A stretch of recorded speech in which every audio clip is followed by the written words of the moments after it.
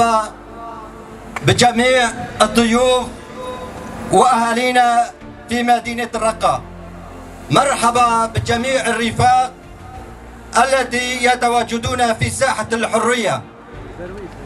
بداية في هذا اليوم التاريخي نجتمع مع أهالينا مدينة الرقة في تحرير الثامن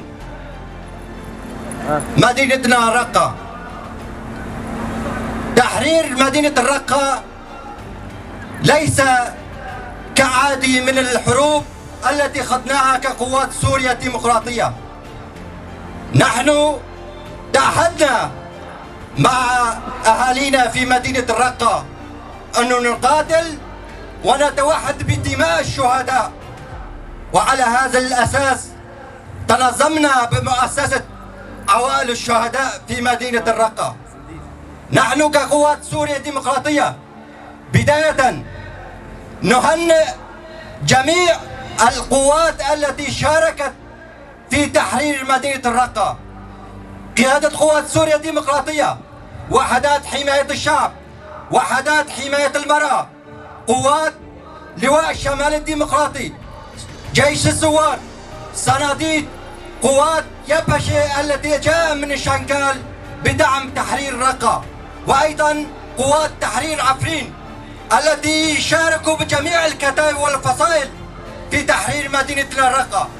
نهنئهم في هذا الوحدة التي جمعت كل السوريين على هذا الأرض المقدسة، أرض السلام، أرض اللي بناها هارون الرشيد، مدينة السلام لجميع السوريين. نحن نعرف كقوات سوريا الديمقراطية مهما كانت صعوباتنا في خوض هذا المعركة النضالية أمام داعش، ولكن على رأسه بقوات حماية المرأة يابجة قدمت وتوجهت إلى مدينة الرقة اللي توحدت بدماء الشهداء أمام الرعب، الخوف التي بنت على عقول وذهون الإنسان. داعش أصبح ظلاما مخيفا على عقول المجتمع في سوريا، ولكن الشباب وبنات السوريين على أرضهم تعهدوا أنهم يقاتلوا في سبيل حرية وديمقراطية ومساواة. نحن اليوم في ذكرى الثامنة نحن نرى مدينة الرقة يتطور بالعلم والنور، ليس بالظلام التي فرضت علينا كمجتمع. الظلام التي لا ننساها في حياتنا هي دوائر النعيم التي أصبحت دوائر سموها بدوائر الجحيم. كل يوم نفيق من ظلم داعش، نرى رؤوس مقطوعة في هذا الدوائر. أما ولكن اليوم نحن عندما نمر في دوائر النعيم نمر في ملعب الأسود اللي سموها ملعب الأوسط، هي السجن الخاص لتعذيب الإنسان. اليوم أصبحت ملعب الأبيض بالنور وشروق الشمس التي يشرق برأي قوات سوريا الديمقراطية. ها هنا نحن هنا كقوات سوريا الديمقراطية متوحدين من جميع القوات الموجودة في شمال شرق سوريا، وخاصة من جميع السوريين بعربه وكرده وشركزه وتركمانه وسريانه. توحدنا في نضال الخوض المعركة العظمى ضد الإرهاب الداعش.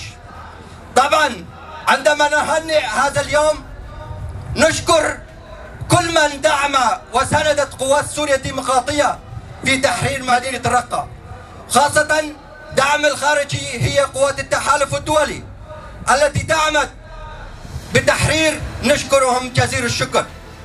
نحن من قاد الحروب هي من أبناء السوريين، ونحن بهذا اليوم السنوي الثامن في تحرير مدينة الرقة نقول للعالم أجمع: ها هنا قوات سوريا الديمقراطية كما حررت وكما قاتلت وكما قدمت الشهداء من كل مكوناته في التوحد وفي الدم.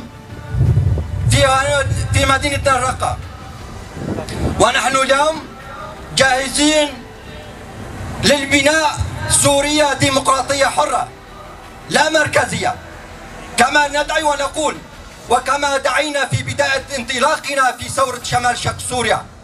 نحن أصحاب الحق في وحدة تراب سوريا، في وحدة شعب سوريا، وبالاحتراف بجميع المكونات السورية ببناء سوريا ديمقراطية حرة التي يمثل بالرأي جميع السوريين. ونحن أمام امتحان، هذا الامتحان بناء سوريا ديمقراطية، ونحن كقوات سوريا الديمقراطية لها وجاهزين والانضمام للبناء سوريا ديمقراطية لا مركزية. ها هنا أهلنا وشبابنا ورفاقنا جاهزين للخوض النضال ضد أي أعداء التي يتلاعب في شؤون سوريا. لا نقول سوريا هي متوحدة بجميع مكوناتها، لا تزرع الفتنة، لا تزرع القومية. نحن علماء نرى بعقولنا ونرى بأفكارنا كيف عاشت جميع السوريين في وحدة أرض، في وحدة الرأي، في وحدة البناء.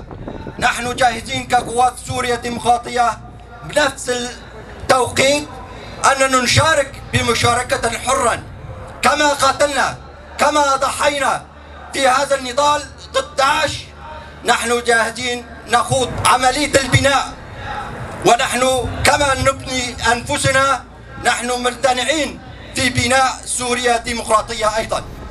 في مثل هذا اليوم التاريخي كما قلت وأشرت أمامنا امتحان، ونحن جاهزين لهذا الامتحان.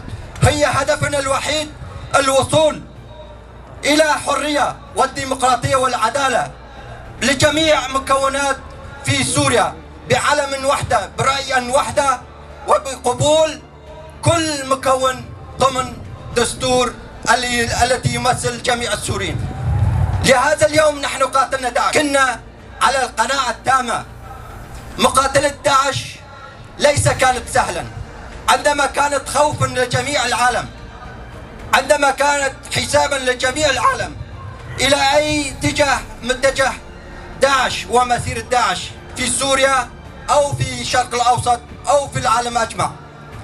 بقوة وإرادة وحدة قامت قوات سوريا الديمقراطية بكل تواضعه، بكل طاقته العشائرية والقومية والمكونات الموجودة، توحدوا وحاربوا وقاتلوا ضد داعش. ونذكر ذلك الأيام لحظة بلحظة. كل الرفاق الذي يوجدون في هذه الساحة يعرفون كل خطوة خطوة تابعوا هالنضال اللي قاتلوا ضد داعش.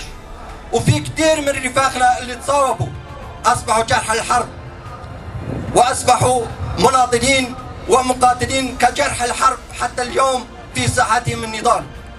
وعلى أهم وعلى خاص نحن في سوريا وخاصة في مدينة الرقة اللي شيء احنا لم ننساها هي مؤسسة عوائل الشهداء. من هنا باسم قوات سوريا الديمقراطية نشكر جميع عائلات التي قدموا أروع من أنفسهم، هم الشهيد جزءا التي تكملت مسير الحرية والديمقراطية في نضال شمال شرق سوريا.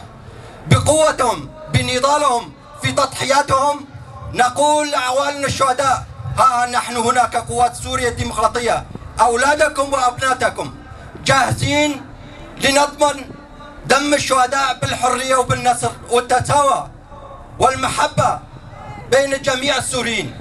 على هذا الأساس مرة آخر نتمنى لسوريا ديمقراطية حرة. نحن نهنئ جميع الرفاق وأهالينا في مدينة الرقة في ذكرى الثامن بتحرير مدينة الرقة، ونقول النصر للسوريين، النصر لنا جميعا في بناء سوريا الديمقراطية، ونتمنى لكم جزيل الشكر والنصر الدائم لكم.